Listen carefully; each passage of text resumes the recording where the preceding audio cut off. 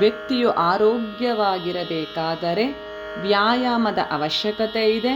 ಕ್ರೀಡೆಗಳಿಂದ ಇಂತಹ ವ್ಯಾಯಾಮ ಸಹಜವಾಗಿ ಸಿಗತ್ತೆ. ಅ sound mind in a sound body ಅನ್ನುವ ಆಂಗ್ಲದ ಯುಕ್ತಿಯಂತೆ ಸದೃಢವಾದ ದೇಹದಲ್ಲಿ ಸದೃಢವಾದ ಮನಸ್ಸನ್ನು ನಿರ್ಮಿಸುವುದೇ ಕ್ರೀಡೆ. ಈ ಕ್ರೀಡೆಯಿಂದ ಕೇವಲ ಮಕ್ಕಳಷ್ಟೇ ಅಲ್ಲದೆ ದೊಡ್ಡವರು ಕೂಡ ಮಾನಸಿಕ ಹಾಗೂ ದೈಹಿಕ ಆರೋಗ್ಯವನ್ನು ಹೊಂದುತ್ತಾರೆ.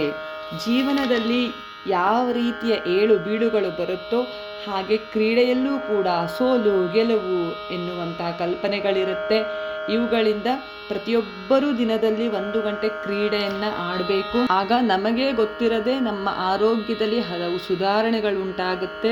ಶಾರೀರಿಕ ಮಾನಸಿಕ ಬೆಳವಣಿಗೆಯ ಜೊತೆಗೆ ಮನಸ್ಸಿಗೆ ನೆಮ್ಮದಿ ಸಿಗುತ್ತೆ, ಮನೋರಂಜನೆ ಸಿಗುತ್ತೆ, ಸಿಹಿ ಕಹಿಯ ಅನುಭವವನ್ನು ಕೊಡುವುದರ ಜೊತೆಗೆ ಶಾರೀರಿಕವಾಗಿ ಸದೃಢತೆಯನ್ನು ಕೊಡುತ್ತೆ.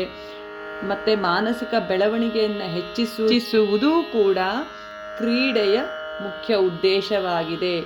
ಆರೋಗ್ಯ, ಬುದ್ಧಿಶಕ್ತಿ, ಶಿಸ್ತು, ಸಹಬಾಳ್ವೆ ಈ ಗುಣಗಳನ್ನು ನಮ್ಮಲ್ಲಿ ಜಾಗೃತಗೊಳಿಸುವುದೇ ಕ್ರೀಡೆ.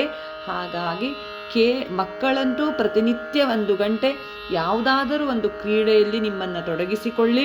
ಒಳಾಂಗಣ ಕ್ರೀಡೆ ಇರಲಿ ಅಥವಾ ಹೊರಾಂಗಣ ಕ್ರೀಡೆ ಇರಲಿ. ಒಳಾಂಗಣ ಕ್ರೀಡೆಯನ್ನು ಆಡಿದಾಗ ನಿಮ್ಮ ಬುದ್ಧಿಶಕ್ತಿ ಹೆಚ್ಚಾಗುತ್ತೆ.